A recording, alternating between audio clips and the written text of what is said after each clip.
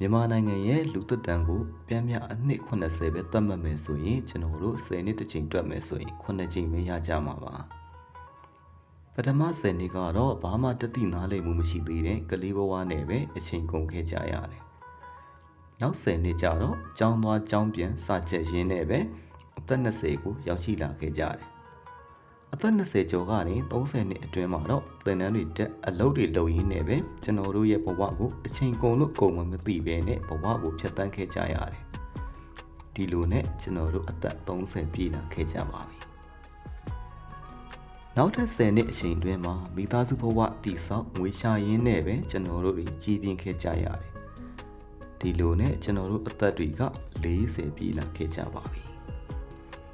ဆယ်စုနှစ်တစ်ခုအတွင်းတစ်ခုချင်းစီကကုံဆုံးသွားခဲ့တာအယမ်းမြန်တယ်လို့ကျွန်တော်တို့ရဲ့အချိန်တွေကိုအလုပ်တွေနဲ့ငွေတွေနဲ့လဲခဲ့ကြရတယ်။ဒါပေမဲ့ကျွန်တော်တို့ရဲ့ကုံဆုံးသွားတဲ့အချိန်နဲ့အသက်အရွယ်တွေကိုတော့ပြန်ဝယ်လို့မရကြတော့ပါဘူး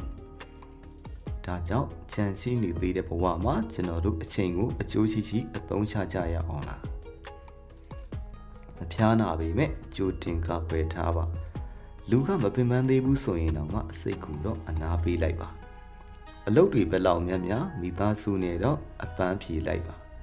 စားချင်တာရှိတာစားပါလဲပတ်เสียရှိတာလဲပတ်ပါစိတ်ဆင်းเสียရှိတာတွေကိုသိမ့်မထားပါနဲ့မိမိကိုယ်ကိုမိမိပျော်ပျော်ရွှင်ရွှင်နေကြပါ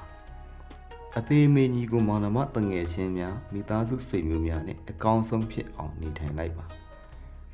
ကျွန်တော်တို့မသိတဲ့နေဝင်ချိန်ကိုအကျိုးရှိစွာအသုံးချရင်ကျွန်တော်တို့ပတ်ဝန်းကျင်မှာခင်ရာဆွေမျိုးများနဲ့ကြံရှိနေသေးတဲ့ဘဝတစ်လျှောက်မှာ